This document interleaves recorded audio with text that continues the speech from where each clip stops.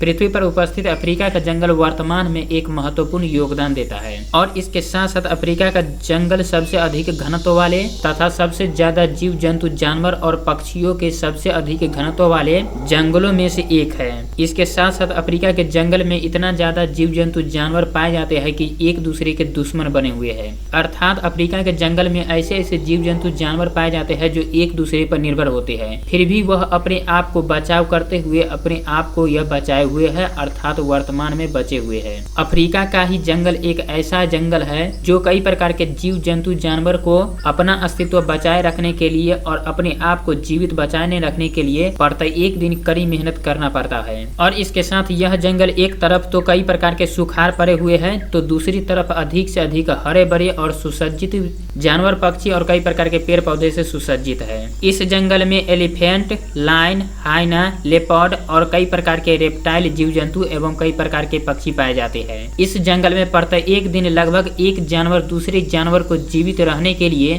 कई प्रकार के युद्ध, संग्राम और द्वंद्व युद्ध से होकर गुजरना पड़ता है। और इसके साथ अफ्रीका के जंगल में कई प्रकार के नेशनल पार्क भी बने हुए हैं जो अधिक से अधिक टूरिस्टों को अपनी ओर आकर्षित करने में एक महत्वपूर्ण योगदान पैदा करता है। इस जंगल में कई सारे लायन पाए जाते हैं जो हमेशा ग्रुपों में रहते हैं, परंतु इस ग्रुपों का एक मुखिया होता है जिसे बब्बर शेर के नाम से जाने जाती है। और बब्बर शेर का कार्य होता है कि अपने बच्चों को देखभाल करना, परंतु फीमेल लायन का यही कार्य होता है कि वह अपने भोजन के लिए शिकार करे। इस जंगल में टाइगर की अनुपस्थिति होने के कारण शेर बहुत धूमधाम से अपने विचरण करते हैं। दुनिया के सबसे अधिक तेज दौड़ने वाले जानवरों में चीता का नाम आता है, परंतु चीता भागने में तेज होता है और इसके साथ साथ लायन अपने मजबूती में तेज होता है। चीता अपने शिकारियों को बड़ी चतुराई से शिकार कर पाते हैं। इसका मुख्य कारण है कि यह अधिक से अधिक तीव्र गति से गति कर पाते हैं जो किसी भी शिकार होने वाले जानवरों को उसे भनक लगते ही उस पर आक्रमण कर देता है। इसका मुख्य कारण है कि चीता हमेशा गर्दनों पर ही आक्रमण करता है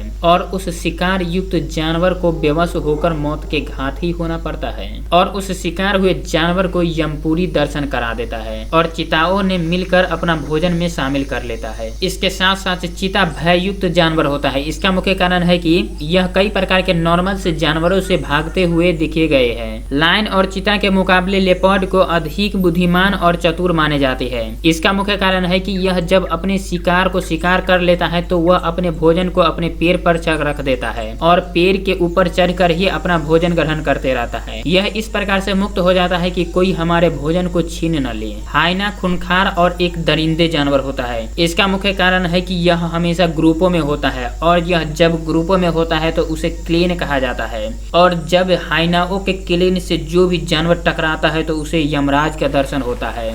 इसका मुख्य कारण है कि इसके जबड़ों में पाए जाने वाले लंबे लंबे दांत और नुकीले दांत। और हाइना इतना खतरनाक और भय मुक्त जानवर होता है कि यह लायन, चीता और लेपर्ड जैसे जानवरों से भी भिड़ जाता है और वह अपना मुकाबला दिखाते हुए उसे पराजय कर देता है और जो भी भोजन होता है वह अपने कब्जे में ले लेता है।